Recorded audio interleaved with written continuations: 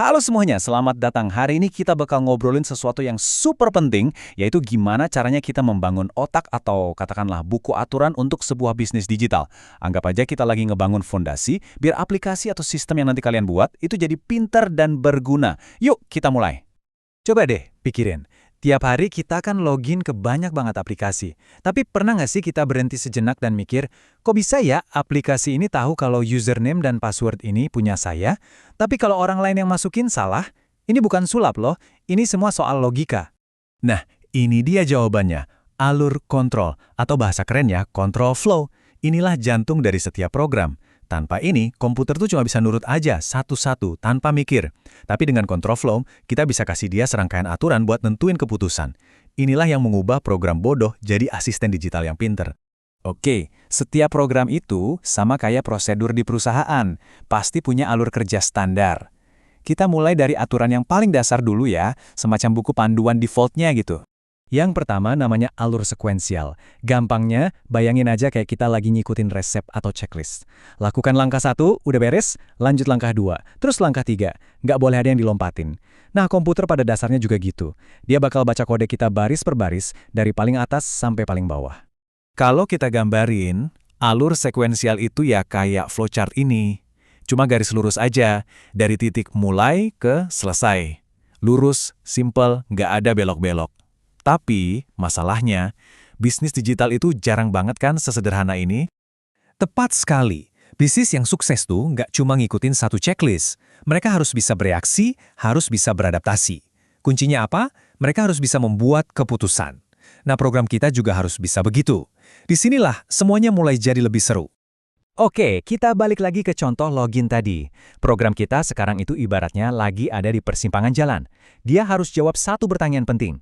Data yang dimasukin ini cocok nggak ya?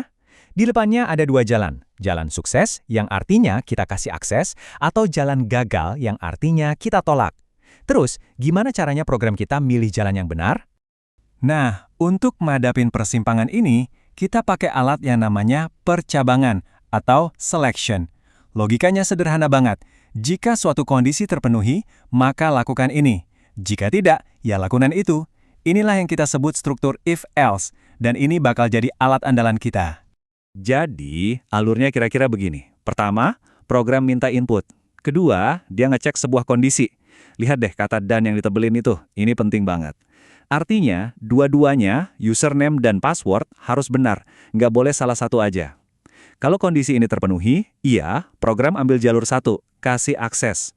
Kalau nggak, tidak, dia ambil jalur lain, munculin pesan error. Di sini, perbedaannya kelihatan jelas banget. Tanpa percabangan, program kita tuh polos. Nggak bisa bedain mana yang benar, mana yang salah. Tapi dengan if-else, program kita jadi kayak satpam pinter. Dia bisa ngecek dulu siapa yang mau masuk, baru deh dibukain pintunya. Oke, program kita sekarang udah bisa ambil keputusan. Keren. Tapi ada tantangan baru. Bisnis kita makin besar. Pelanggan kita bukan cuma 1-2 orang, tapi udah ratusan bahkan ribuan. Nggak mungkin kan kita kerjain satu-satu? Kita butuh otomatisasi. Bayangin deh, kita mau kasih diskon akhir tahun ke 1.000 pelanggan setia kita. Apa kita mau proses manual satu persatu 1.000 kali? Wah, bisa berhari-hari dan pasti ada aja yang salah ketik. Nah, disinilah kekuatan otomatisasi masuk. Selamat datang di dunia perulangan atau looping. Ini adalah jurus sakti buat efisiensi. Benar perulangan, kita bisa nyuruh komputer buat ngerjain tugas yang sama berulang-ulang. Kita bisa pakai loop for buat ngerjain sesuatu untuk setiap nama di dalam daftar, atau loop while untuk terus mengulang selama kondisinya masih terpenuhi. Saya suka banget kutipan ini. Ini adalah filosofi inti seorang programmer. Kalau ada tugas yang polanya itu-itu aja, berulang-ulang, serahin aja ke mesin. Tugas kita adalah nulis aturannya, biar si mesin bisa kerja dengan benar. Coba lihat deh, betapa simpel dan kuatnya kode Python ini. Pertama, kita punya daftar underscore pelanggan. Terus, dengan satu baris perintah for, kita bilang ke komputer, hey, untuk setiap pelanggan di dalam daftar itu, tolong jalankan fungsi hitung underscore diskon. Terus catat pesannya ya. Bayangin, 3 baris kode ini bisa ngerjain tugas buat ribuan data. Inilah kekuatan skala. Jadi, sekarang kalian udah punya 3 senjata utama. Alur sekuensial buat jalan lurus, percabangan buat ambil keputusan di persimpangan, dan perulangan buat kerja otomatis. Serius, dengan 3 hal ini aja, kalian udah bisa mulai ngebangun logika untuk aplikasi digital apapun. Nah, sekarang giliran kalian buat mencoba. Ini tantangan pertama. Coba bikin program ATM sederhana. Kalian bakal butuh perulangan biar menunya bisa muncul terus sampai pengguna milih keluar.